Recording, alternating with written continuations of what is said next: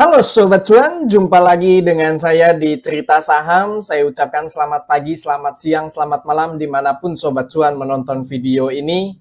Pada video kali ini saya akan cerita saham ayam yang akan listing ataupun IPO dalam waktu dekat ini.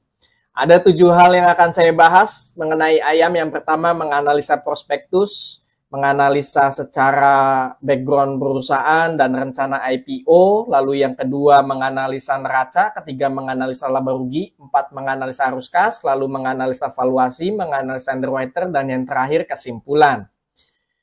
Bidang usaha, dari kode saham aja, ayam pasti bidang usahanya adalah peternakan dan rumah potong ayam. Ringkasan perusahaan emiten, PT Janu Putra Sejahtera dengan kode saham ayam adalah perusahaan yang memiliki kegiatan usaha utama dan bergerak di bidang peternakan ayam dan rumah potong ayam sejak berdiri hingga saat ini. Produk dan jasa yang dijual oleh perseroan adalah DOC parent stock, DOC ayam broiler, ayam hidup, karkas ayam, telur komersil, dan jasa rumah potong ayam. Untuk saat ini, perseroan memiliki 2 lokasi kandang breeding parent stock yang berlokasi di Ngawis dan Purbalingga. Sedangkan peternakan ayam broiler berlokasi di Klerong dan Sleman. Lalu ini adalah visi misi perseroan dan ini adalah rekam jejak perseroan. Sobat Cuan apabila ingin melihat secara detail, Sobat Cuan bisa pause video ini. Lalu ini adalah lini bisnis atau usaha yang dilakukan perseroan. Ini adalah DOC parent stock dan ini adalah DOC final stock. Lalu ini adalah penjualan ayam hidup broiler komersial, telur juga. Lalu terakhir adalah karkas ayam. Nah, untuk lokasi usaha ini berbeda-beda. Nah, Sobat Cuan bisa lihat di sini. Kalau untuk peternakan di sini ada di Purbalingga, lalu pembibitannya ada di Gunung Kidul, lalu rumah potong ayamnya di sini ada di Sleman. Jadi lokasinya itu tersebar. Nah, untuk pendapatan terbesar perseroan itu dari penjualan ayam broiler komersial menyumbang 56 miliar dari pendapatan total sebesar 115 miliar rupiah. Lalu untuk komposisi karyawannya, nah Sobat Cuan bisa lihat di sini sebelumnya waktu pada saat COVID 311 karyawan, lalu meningkat 323 karyawan. Sayangnya per 5 bulan 2023 ini ada penurunan jadi 312 karyawan. Nah, hal ini disebabkan apa? Nanti next slide akan saya bahas. Selanjutnya saya akan bahas rencana IPO ayam. Jumlah saham yang ditawarkan ada 800 juta lembar saham atau 8 juta lot. Tidak ada waran, persentase publiknya 20%. Harga penawarannya dari harga 100 sampai dengan harga 110. Apabila harga IPO di harga 100, maka harga arahnya di harga 135 atau naik 35%. Apabila di harga 110, harga arahnya di harga 148 atau naik 34,5%. Untuk harga ARB-nya, apabila di harga 100, maka ARB-nya di harga 65 atau minus 34,7%. Dan apabila di harga 110, harga ARB di harga 72 atau minus 34,5%. Perolehan dana IPO dari 80 miliar sampai 88 miliar, masa book buildingnya dari tanggal 10 sampai 16 November, masa offeringnya 24 sampai 28 November, dan rencana listing 30 November. Akan masuk dalam papan pengembangan, underwriternya ialah PT Yobi Keihan Sekuritas dengan kode broker AI.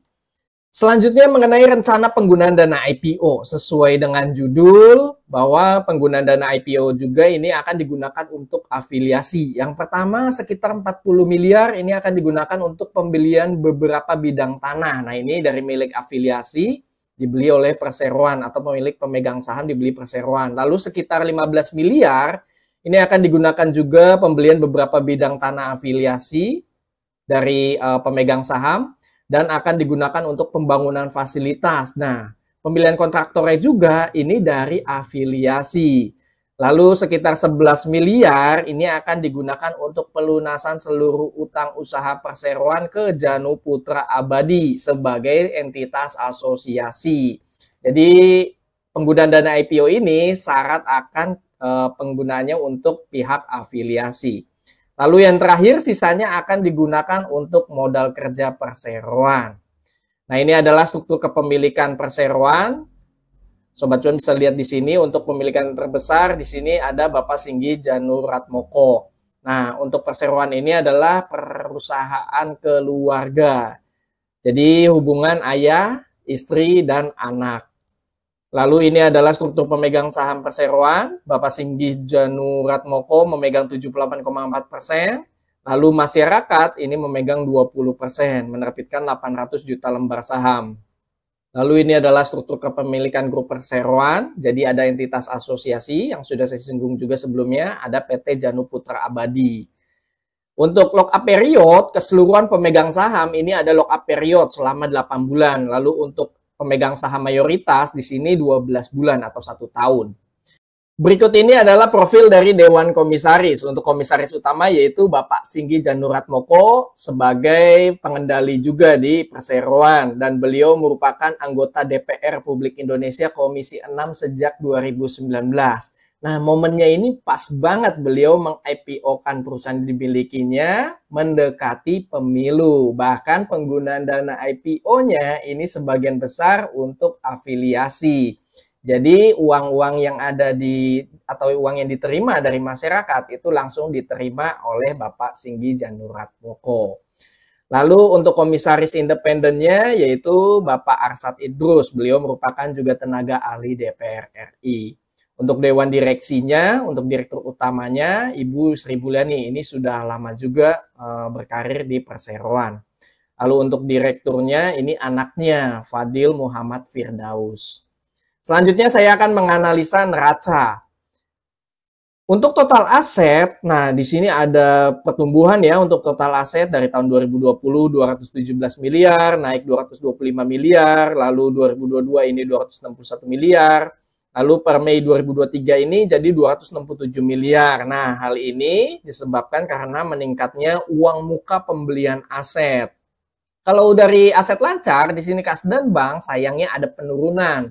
Dari yang tadi 12 miliar, 15 miliar, 10 miliar, lalu tersisa 2,5 miliar.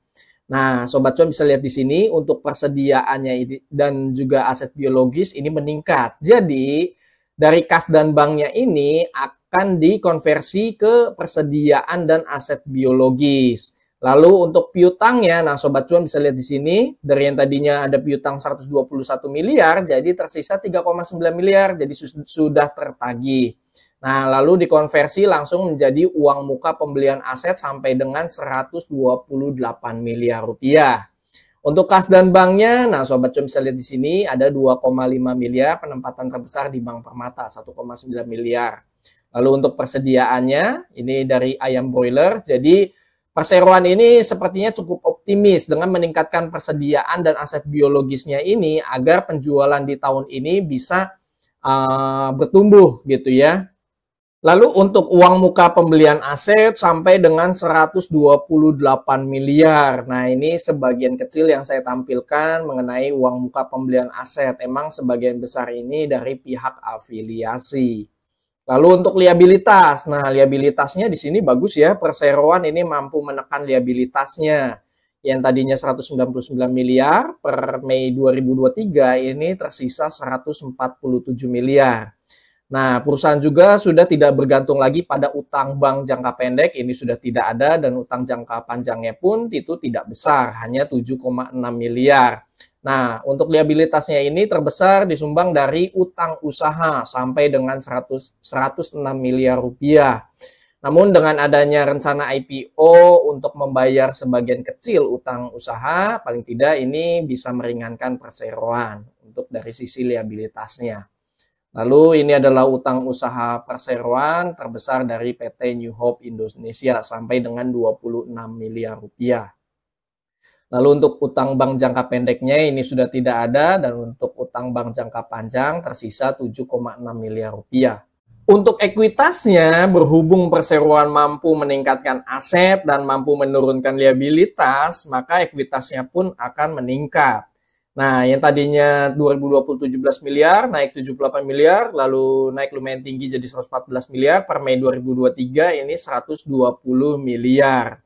Namun di sini ada tambahan modal ditempatkan dan disetor dari yang tadinya 1 miliar jadi 80 miliar. Nah, Sobat Cuan bisa lihat di sini bahwa saldo labanya ini tergerus dari yang tadinya ada uang masuk laba sebesar sampai dengan 60 miliar, karena dari yang tadi ada saldo laba 17 miliar jadi 77 miliar, lalu tergerus jadi 33 miliar. Nah, Kemungkinan ini akan diubah jadi dividen dan akan ditempatkan dan disetor penuh oleh pemegang saham. Makanya dari yang tadi 1 miliar jadi 80 miliar. Nah, Sobat Cuan bisa lihat di sini saldo labanya dari yang tadinya 2020 17 miliar, lalu adanya laba di 2021 sampai 60 miliar, maka saldo laba di akhir periode sebesar 77 miliar. Nah, per 2022 ini ada dividen saham sampai dengan 55 miliar, makanya saldo labanya ini tergerus dan adanya tambahan modal ditempatkan dan disetor. Dari yang tadi 1 miliar sampai dengan 80 miliar. Nah, Sobat Cuan bisa lihat di sini, jadi ada penambahan dari dividen dan juga uang tunai ke kas perusahaan sebesar 24 miliar dari pemegang saham pengendali perseroan. Lalu untuk pendapatan atau labanya bisa naik drastis sampai dengan 60 miliar pada tahun 2021. Hal ini disebabkan karena adanya penghasilan lain-lain sampai dengan 56 miliar, makanya ada kenaikan drastis. Nah, tapi pendapatan ini bukan dari lini bisnisnya. Karena pendapatan ini diperoleh dari laba atas penjualan asetnya yang melekat di dalamnya yang berlokasi di Mulo, Wonosari, Sleman kepada PT Janu Putra Abadi. Kembali lagi ke pihak berelasi. Jadi banyak banget transaksi antar afiliasi dan pihak berelasi. Lalu untuk dividennya pada tahun 2024 kita sebagai pemegang saham akan menerima maksimal 25%, sedangkan sebelumnya itu sampai dengan 55 miliar rupiah. Lalu kita hitung proyeksi dividennya. Kalau kita ibaratnya fokus ke dividen, ini sebenarnya sangat disayangkan ya, karena kecil banget Sobat Cuan. Nah, paling tidak dalam 1 tahun apabila harga IPO di harga 110 dan labanya itu masih sama di 12,4 miliar, maka bunga atau yield yang akan kita terima sebesar 0,6% per tahun. Selanjutnya saya akan menganalisa laba rugi. Untuk pendapatan, nah selalu turun sayangnya Sobat Cuan. Dari 2020 478 miliar, turun di 2021 428 miliar, turun lagi 395 miliar, dan per 2023 apabila disetahunkan, ini di bawah 300 miliar rupiah. Maka dari itu perseroan juga ada efisiensi, terutama dari karyawannya yang sebelumnya sudah saya singgung juga, adanya penurunan jumlah karyawan. Pendapatan terbesar dari mana? Dari penjualan ayam broiler komersial sebesar 56 miliar rupiah. Untuk labanya, meskipun perseroan ini sudah menekan beban-beban yang ada di perusahaan, tetap saja untuk laba periodenya ini masih tergerus. Dan apabila disetahunkan, paling tidak labanya ini menyentuh 10 miliar, turun daripada tahun 2022. Lalu untuk arus kas. Nah, untuk arus kas aktivitas operasi di sini sayangnya per 5 bulan 2023 ini minus, artinya lebih banyak uang keluar daripada uang masuk atau minus 3,4 miliar rupiah. Lalu untuk aktivitas investasi yang sebelumnya saya sudah singgung juga, perseroan berhasil menarik piutangnya jadi cash sebesar 117 miliar. Dan langsung akan dikonversi jadi uang muka pembelian aset sampai dengan 118 miliar. Jadi dari arus kas investasi minus nilainya 1,6 miliar. Ada uang keluar sebesar 1,6 miliar rupiah. Untuk aktivitas pendanaan juga minus karena adanya pembayaran utang bank 2,4 miliar dan utang pembiayaan konsumen 100 juta. Dan aktivitas pendanaan uang keluar minus 2,5 miliar. Maka adanya penurunan neto kas dan bank sebesar 7,6 miliar, akumulasi dari aktivitas operasi minus 3,4 miliar, investasi minus 1,6 miliar, pendanaan 2,5 miliar, maka adanya penurunan neto kas dan bank. Jadi emang perseroan ini lagi menggenjot-genjot belanja modal yang dilakukan perseroan dan juga modal kerja. Diharapkan pada tahun 2023 ini perseroan bisa turn around dari pendapatan dan laba bersihnya. Untuk kas dan bank awal periodenya sebesar 10,2 miliar, maka kas dan bank akhir periode itu sebesar 2,5 miliar. Maka dari itu kas dan banknya itu turun dari yang tadinya 10 miliar lalu jadi 2,5 miliar. Selanjutnya saya akan menganalisa valuasi. Nah, valuasinya ini saya setahunkan tahun 2023 saya ambil di harga 100 dan 110 sesuai dengan prospektus. Total saham beredar ada 4 miliar lembar saham, pendapatannya dan labanya ini saya setahunkan, pendapatannya 277 miliar dan labanya 10,2 miliar. Total asetnya 267 miliar dan total liabilitas 147 miliar dan ekuitasnya ini saya sudah tambahkan dengan perolehan dana IPO. Apabila di harga 100 maka ekuitas saya 200 miliar dan apabila di harga 110 maka ekuitas saya 208 miliar. Market cap-nya apabila di harga 100 itu 400 miliar dan apabila di harga 110 440 miliar. Market cap itu rumusnya harga saham dikali dengan total saham beredar. Book value ini perbandingan antara ekuitas dengan jumlah saham beredar atau total saham beredar. Maka apabila di harga 100 book value-nya ini di harga 50 atau harga wajarnya 50. Apabila di 110 harga wajarnya 52. PBVR perbandingan antara harga saham dengan book value. Harga sahamnya 100, book value 50, maka PBVR-nya 2 kali. Apabila di harga 110, 2,1 kali. EPS perbandingan antara laba bersih dengan total jumlah saham beredar. Perseroan membukukan laba bersih 10 miliar dan total saham beredar 4 miliar, maka EPS-nya 2,5. Untuk PER, perbandingan antara harga saham dengan EPS. Harga saham 100, EPS 2,5, maka PER 40 kali. Apabila di harga 110, maka 44 kali. ROE, perbandingan antara laba bersih dengan ekuitasnya. Perseroan mampu membukukan laba bersih 10 miliar dari ekuitas 200 miliar, maka ROE-nya 5,1%. Apabila di harga 110, maka ROE-nya 4,9%. NPM, perbandingan antara laba bersih dengan pendapatan. Perseroan pendapatannya 277 miliar, dapat membukukan laba bersih 10 miliar, NPM-nya kecil, 3,6% saja. DER-nya perbandingan antara liabilitas dengan ekuitas. Perseroan memiliki ekuitas 200 miliar dan memiliki kewajiban atau liabilitas 147 miliar, maka DER-nya 73%. Apabila di harga 110, maka DER-nya 70%.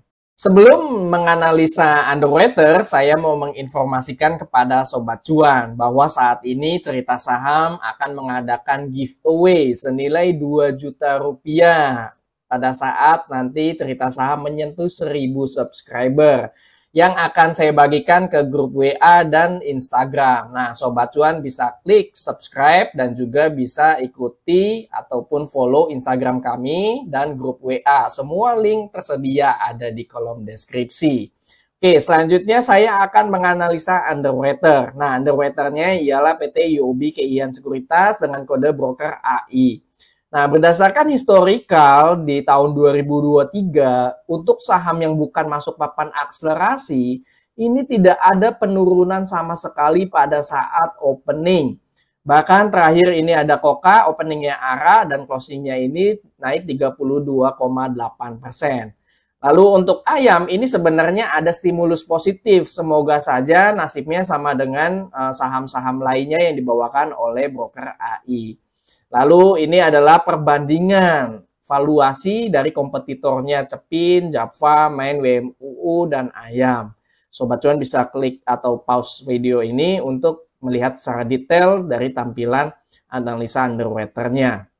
Selanjutnya dan yang terakhir yaitu kesimpulan.